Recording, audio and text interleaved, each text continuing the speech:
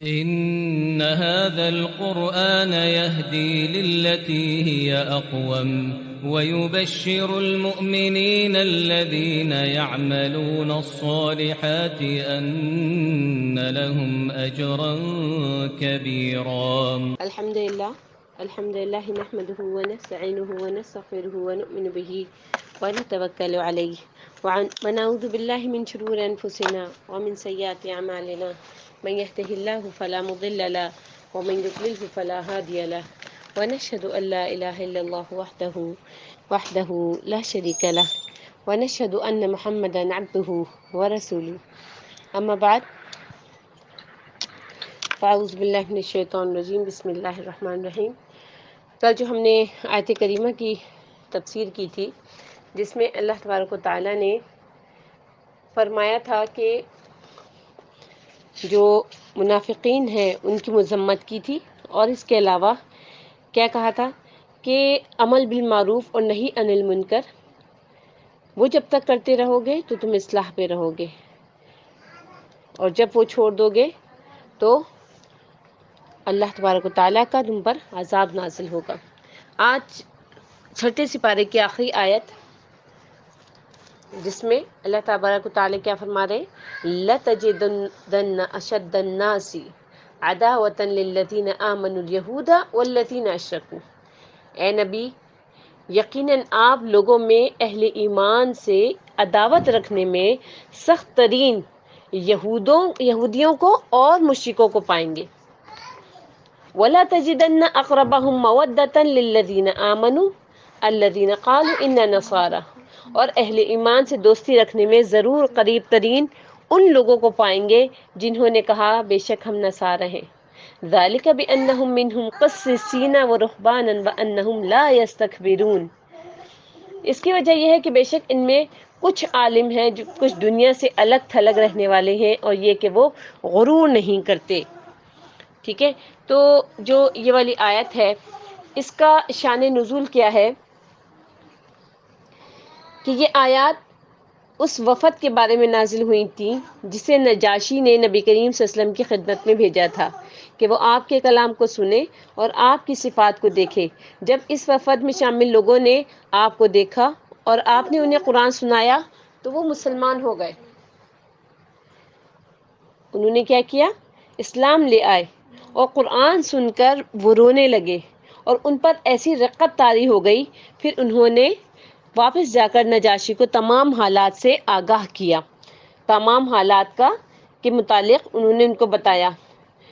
جو وہ لوگ جو اس میں جو نجاشی کے پاس جو جانے والے لوگ تھے ان میں سب سے پہلے وہ لوگ تھے جو کہ جنہوں نے ہجرت کی تھی جو حبشہ کی طرف، جب مسلمانوں پہ بہت زیادہ ظلم و ستم ہونے لگے تو نبی کریم صلی اللہ علیہ وسلم نے ان کو ہجرت کرنے کا فرمایا، اور ہجرت کرنے کے بعد جو کچھ لوگ جو مسلمان تھے وہ وہاں پر پہنچے، تو اب کفار مکہ جو تھے ان کو پتہ تھا کہ یہ لوگ جو ہے وہ وہاں پہنچ گئے ہیں، اور یہ جو ہے چونکہ ان کے پاس صحیح دین ہے، اور جو ہے کہیں ایسا نہ ہو کہ یہ نجاشی کو بھی جو ہے وہ اپنے ساتھ ملا لیں یا نجاشی جو ہے وہ ان سے متاثر ہو جائے، تو انہوں نے پہلے سے ہی جا کر جو ہے وہ کیا کیا کہ نجاشی کے کان بھرنے شروع کر دیے۔ لیکن جب اس نے جو ہے وہ ایک انصاف پسند بادشاہ جو ہوتا ہے وہ ایک ہی طرف کی بات نہیں سنتا، بلکہ جب اس نے بلایا ان کو، مسلمانوں کو بلایا، اور حضرت جعفر طیار نے سورۃ مریم کی آیتوں کو پڑھا، تو پھر جو ہے وہ اس کو خود کو اس بات کا احساس ہوا کہ جو یہ دین جس کی دعوت دے رہے ہیں یہ لوگ، اور جس دین کے لیے جو ہے وہ اتنی تکلیفیں اٹھا کر یہ لوگ یہاں پہنچے، وہ دین جو ہے وہ سچا دین ہے۔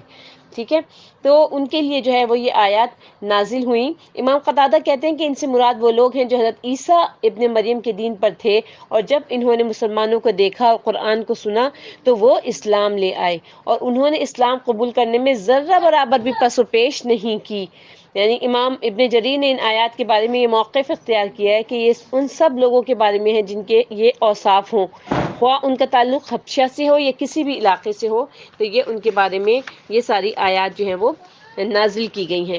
تو ارشاد باری تعالیٰ جو ہے کہ لَتَجِدَنَّ أَشَدَّ النَّاسِ عَدَاوَةً لِلَّذِينَ آمَنُوا الْيَهُودَ وَالَّذِينَ أَشْرَكُوا۔ اے پیغمبر، یقیناً آپ دیکھیں گے کہ مؤمنوں کے ساتھ سب سے زیادہ دشمنی کرنے والے یہودی اور مشرک ہیں، یعنی سب سے زیادہ جو ہے وہ مشرک اور یہودی جو ہے وہ نہیں کرتے. یعنی وہ سب سے زیادہ ان کے دلوں میں عداوت ہوتی ہے، سب سے زیادہ بغض بھرا ہوتا ہے مسلمانوں کے خلاف، اور سب سے زیادہ وہ دشمنی نکال رہے ہوتے ہیں. ٹھیک ہے، کیونکہ جو ہے وہ یہودیوں کا جو کفر، ان کی ہٹدھرمی، ان کا انکار حق، ان کی دشمنی، لوگوں کو حقیر سمجھنے اور اہل ایمان کی شان میں گستاخی کرنے کے سبب جو ہے وہ انہوں نے، یعنی یہ لوگ اس چیز میں اتنا زیادہ بڑھ گئے تھے، اتنا زیادہ یہ لوگ اس چیز میں بڑھ گئے تھے کہ انہوں نے انبیاء کرام کے مقدس خون کے ساتھ اپنے ہاتھوں کو رنگا. حتیٰ کہ ان بدبختوں نے نبی کریم صلی اللہ علیہ وسلم کو بھی شہید کرنے کے لیے کئی بار ارادہ کیا، آپ کو زہر دیا، انہوں نے آپ پر جادو کیا، اور اپنے جیسے مشرکوں کو اکسا کر کئی بار آپ کے خلاف جو ہے میدان جنگ گرم کیا. تو قیامت کے دن تک ان پر اللہ تعالیٰ کی طرف سے لعنتیں برستی رہیں گی. تو اللہ تعالیٰ کیا فرما رہے ہیں؟ وَلَتَجِدَنَّ أَقْرَبَهُم مَّوَدَّةً لِّلَّذِينَ آمَنُوا الَّذِينَ قَالُوا إِنَّا نَصَارَىٰ. اور یقیناً دوستی کے لحاظ سے مومنوں سے قریب تر ان لوگوں کو پاؤ گے جو کہتے ہیں کہ بے شک ہم نصارہ ہیں، جنہوں نے گمان کیا کہ وہ نصارہ حضرت مسیح کے پیروکار اور انجیل کے منہاج پر قائم ہیں.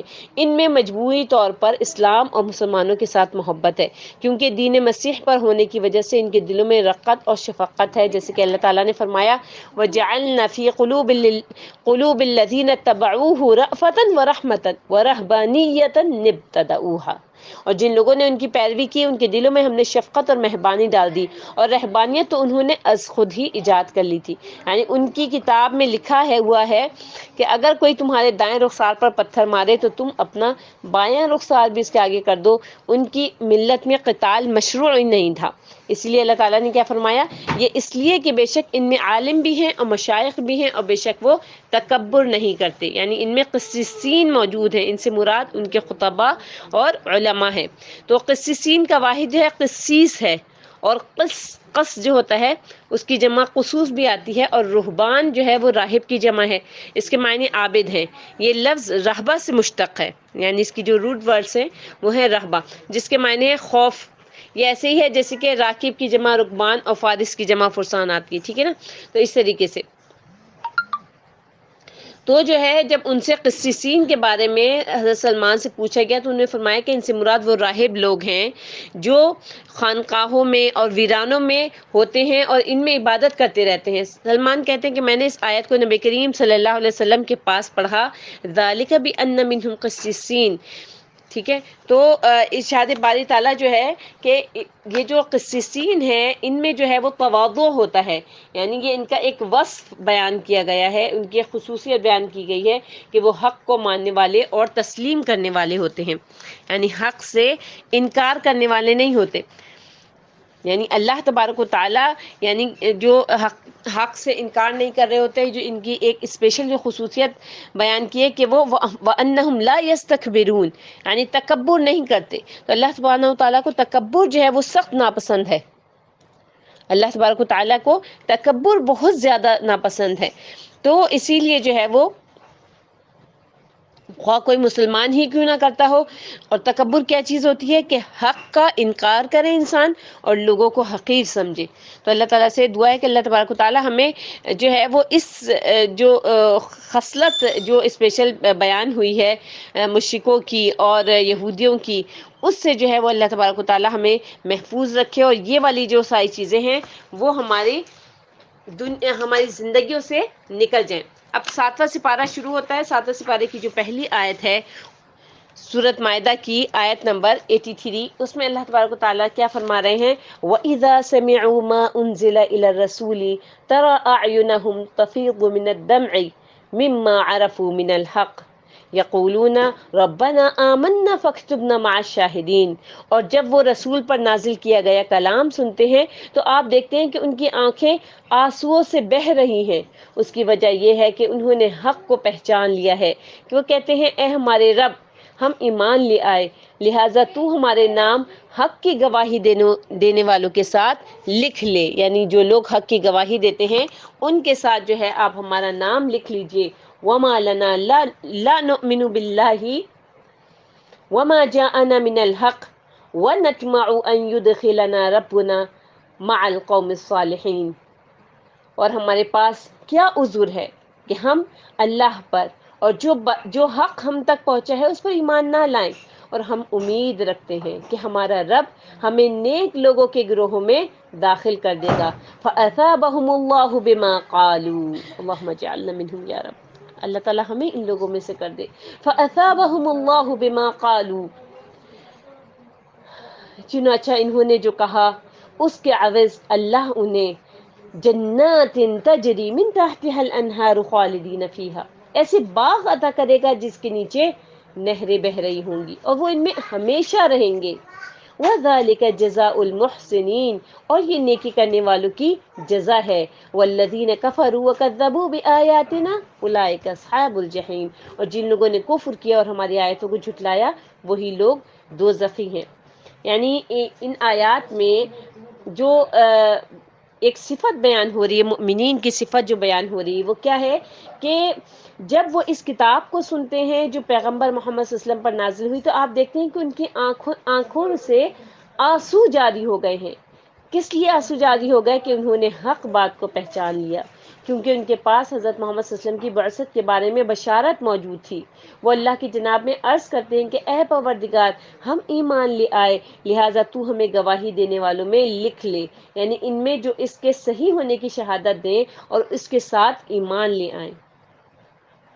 تو اللہ تعالیٰ نے نصارہ کی اس قسم کا حسب ذیل آیت میں بھی ذکر کیا ہے۔ وہ ایک آیت ہے نا کہ وَإِنَّ مِنْ أَهْلِ الْكِتَابِ لَمَن يُؤْمِنُ بِاللَّهِ وَمَا أُنزِلَ إِلَيْكُمْ وَمَا أُنزِلَ إِلَيْهِمْ خَاشِعِينَ لِلَّهِ، اور بے شک بعض اہل کتاب ایسے بھی ہیں جو اللہ پر اور اس کتاب پر جو تمہاری طرف نازل کی گئی ہے اور اس پر جو ان کی طرف نازل کی گئی ہے ایمان رکھتے ہیں اور اللہ کے آگے عاجزی کرتے ہیں۔ اور انہی کے بارے میں یہ بھی فرمایا کہ جن لوگوں کو ہم نے اس سے پہلے کتاب دی تھی وہ اس پر ایمان لے آتے ہیں، اور جب قرآن ان پر تلاوت کیا جاتا ہے تو کہتے ہیں کہ ہم اس پر ایمان لے آئے، بے شک وہ ہمارے پروردگار کی طرف سے، ہمارے رب کی طرف سے برحق ہے۔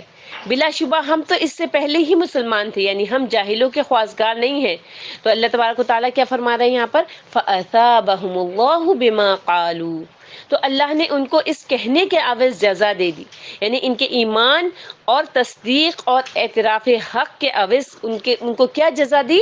جنات تجری من تحتها الانہار خالدین فیہا، جنت کے باغات عطا فرما دیے جن کے نیچے نہریں بہ رہی ہوں گی، وہ ان میں ہمیشہ رہیں گے، ہمیشہ ہمیشہ وہ عیش کریں گے، کبھی بھی یہاں سے ان کی نقل مکانی نہیں ہوگی۔ اور اللہ تعالیٰ فرما رہے ہیں وَذَلِكَ جَزَاءُ الْمُحْسِنِينَ، اور نیکوکاروں کا یہی صلہ ہے، یعنی وہ حق کی اتباع کرتے ہیں اور اس کے سامنے سر اطاعت خم کرتے ہیں، خواہ وہ جہاں بھی ہوں جن کے پاس بھی ہوں۔ پھر اللہ تعالیٰ نے جو ہے وہ ان کی جو تعریف کی ہے کہ جب انہوں نے حق کی اتباع کی اور جہاں سے بھی ان کو حق ملا انہوں نے جو ہے وہ اس پر سر تسلیم خم کر لیا۔ یعنی آپ یہ دیکھیے کہ سب سے پہلی جو خصوصیت بیان کی ہے کہ جو شخص جتنی توجہ کے ساتھ جو ہے وہ حق کی بات کو سنتا ہے، اللہ تعالیٰ کے کلام کو سنتا ہے، وہ اس کا زیادہ اثر لیتا ہے اور وہ کلام اس کے اندر تک اتر جاتا ہے، اس کے دل کے تاروں کو چھیڑ دیتا ہے، جس کی وجہ سے اس کی آنکھیں جو ہے وہ برسنے لگتی ہیں، اس کی آنکھیں جو ہیں وہ بہنے لگ جاتی ہیں۔ تو اللہ تعالیٰ سے کیا دعا کرتا ہے کہ اللہ تعالیٰ ہمارا نام جو ہے وہ شاہدین میں لکھ لیجئے، یعنی کہ ہم جو ہے شہادت دیتے ہیں اس بات کی کہ اللہ تبارک و تعالیٰ وحدہ لا شریک ہے۔ تو جو شخص جتنا زیادہ اس بات کی تڑپ رکھے گا، جو شخص جتنا زیادہ اس بات کی طلب رکھے گا، تمنا رکھے گا کہ وہ نیک ہو جائے، صالح ہو جائے، اللہ تعالیٰ کا پسندیدہ ہو جائے، وہ اسی قدر زیادہ توجہ کے ساتھ اللہ کا کلام سنے گا، زیادہ محبت کے ساتھ، زیادہ دلچسپی کے ساتھ، پورے غور کے ساتھ، تاکہ اس میں سے وہ اپنے لیے عمل کی راہیں تلاش کرے اور اپنی زندگی کو اللہ کی مرضی کے مطابق سے ڈھال لے۔ تو یہی مقصد تھا ان کا اس کلام کو سننے کا۔ تو پھر ایسے شخص کے لیے اللہ تعالیٰ بھی سراپا رحمت بن جاتے ہیں، اور اللہ تعالیٰ نے پھر ان کو انعامات کا جو ذکر کیا ہے کہ جنات تجری اس کو عطا فرما دیں گے اللہ تبارک و تعالیٰ، اور ان میں ہمیشہ رہیں گے۔ آپ دیکھیے کتنی بڑی خوشخبری ہے، یہ کتنی سعادت کی بات ہے۔ یعنی دنیا میں تو ظاہر ہے ہر ایک کے ساتھ تکلیفیں بھی آ رہی ہوتی ہیں، ہر ایک کے ساتھ آزمائشیں بھی آ رہی ہوتی ہیں، ہر شخص جو ہے وہ کسی نہ کسی مشکل میں گرفتار ہوتا ہے، اللہ تبارک و تعالیٰ مختلف لوگوں کو مختلف طریقے سے آزما رہے ہوتے ہیں، ٹھیک ہے نا۔ لیکن یہ تمام مشکلات، یہ تمام غربت، یہ تمام تکلیفیں، پریشانیاں، ان کے بعد جب جنت کی کھڑکی آپ کے قبر میں کھول دی جائے گی اور آپ سے کیا کہا جائے گا کہ دنیا میں جو تم تکلیفیں اٹھا کر آئے ہو اور اللہ تعالیٰ کی شریعت پر عمل کرنے کی وجہ سے تم جو تھکے ہو، اپنے آپ کو تھکایا ہے، اپنے نفس پر جبر کیا کہ نہیں مجھے اللہ تعالیٰ کی بات ماننی ہے، دل چاہ رہا تھا میوزک سننے کا، دل چاہ رہا تھا کہ فلاں فلاں بھی تو ڈرامے دیکھتے ہیں ہم بھی دیکھ لیں، دل چاہ رہا تھا نافرمانیاں کرنے کا، شیطان بار بار اکساتا تھا کہ دیکھو فلانے رشتہ دار نے تو تمہارے ساتھ ایسا ایسا کیا تھا تو تم بھی کر لو، اسلام میں تو یہ جائز ہے، اسلام میں تو یہ بھی جائز ہے اور یہ بھی جائز ہے۔ وہ آپ کو جو ہے شروع میں اس طریقے سے راہ دکھاتا ہے اور اتنی صاف اور سیدھا راستہ دکھا رہا ہوتا ہے وہ آپ کو، اور آپ اس کے ٹریپ میں آ جاتے ہیں، آپ کو پتہ ہی نہیں چلتا کہ کب آپ اس کے بہکاوے میں آ گئے۔ وہ آپ کو دین کے مطابق صحیح جو ہے وہ چلا رہا ہوتا ہے۔ نماز کا وقت ہو رہا ہوتا ہے تو کہتا ہے کوئی بات نہیں، بھی تم قرآن ہی تو پڑھ رہے ہو، نیک کام کر رہے ہو، کوئی بات نہیں، تھوڑا سا وقت آگے بھی چلا جائے گا تو جائز ہے، کوئی بات نہیں۔ اور اس وقت طرح طرح کی اندر سے جو ہے وہ باتیں آپ کے اندر سے آ رہی ہوتی ہیں کہ ہاں وہ نبی کریم صلی اللہ علیہ وسلم نے بھی تو ایک مرتبہ دیر سے نماز پڑھی تھی، یا فلانے بھی دیر سے نماز پڑھتے ہیں، تو آپ کو آپ کی نیکیوں کے ذریعے سے ہی وہ برقرار آ رہا ہوتا ہے۔ وہ یہ نہیں کہتا کہ یہ غلط کام کر لو۔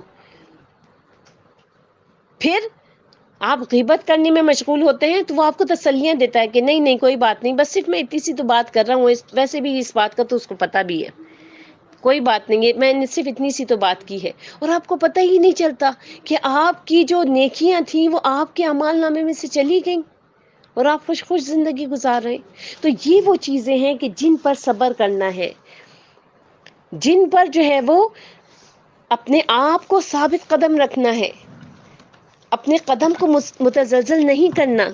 جب آپ دیکھیں، آپ اسی لیے میں آپ کو اکثر یہ بات کہتی ہوں نا کہ ہر تھوڑی سی آیتوں کے بعد اتقوا اللہ آ رہا ہے، واتقوا اللہ آ رہا ہے، تقوی کا بیان آ رہا ہے۔ کیا ہے تقوی؟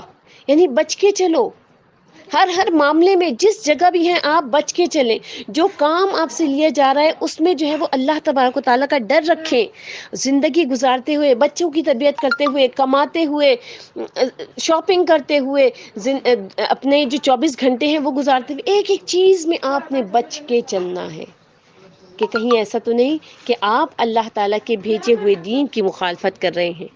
اور اگر آپ اس چیز میں کامیاب ہو جاتی ہیں، اور اس کے لیے آپ ہر وقت اللہ تعالیٰ سے بھی دعا کیجئے کہ اللہ تعالیٰ میرے اندر کوئی طاقت نہیں ہے، یا اللہ میرے اندر کوئی قدرت نہیں ہے، یا اللہ آپ مجھے جو ہے وہ اس چیز پر ثابت قدم کر دیجئے، یا اللہ آپ کی طرف سے تقویت حاصل ہوگی، آپ کی طرف سے اثابت حاصل ہوگی، آپ کی طرف سے ثابت قدمی حاصل ہوگی، آپ کی طرف سے مجھے قدرت حاصل ہوگی، آپ کی طرف سے مجھے طاقت ملے گی، تو میں انشاءاللہ اس دنیا میں سرخرو ہو جاؤں گا۔ میں انشاءاللہ جب فرشتے مجھے لینے کے لیے آئیں گے تو میں بالکل بری ہوں گی، میں نے اپنے گناہوں سے بھی توبہ کی ہوئی ہوگی۔